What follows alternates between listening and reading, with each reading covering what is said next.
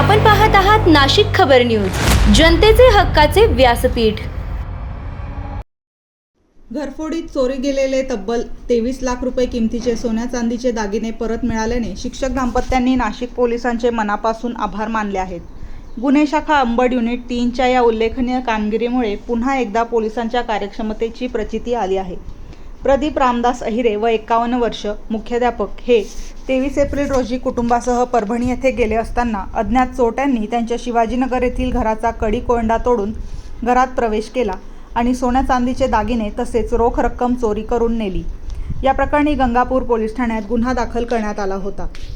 या गुन्ह्याचा तपास करताना गुन्हे शाखा अंबड युनिट 3चे प्रभारी अधिकारी पोलीस उपनिरीक्षक मोतीलाल पाटील आणि त्यांच्या पथकाने घटनास्थळी भेट देऊन सलग 3 दिवस अहोरात्र परिश्रम घेतले। परिसरातील तब्बल 55हून अधिक CCTV फुटेजची तपासणी करून संशयितांचा माग काढण्यात आला। त्यानंतर मिळालेल्या गुप्त माहितीनुसार आरोपी चोरीचे सोने विक्रीसाठी सराफ बाजारात येणार असल्याची माहिती मिळताच पोलिसांनी सापळा रचला।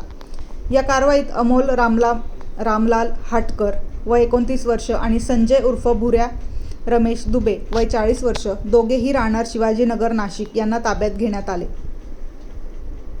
त्यांच्याकडून एकूण 22,94,895 रुपयांचे सोन्या चांदीचे दागिने हस्तगत करण्यात आले।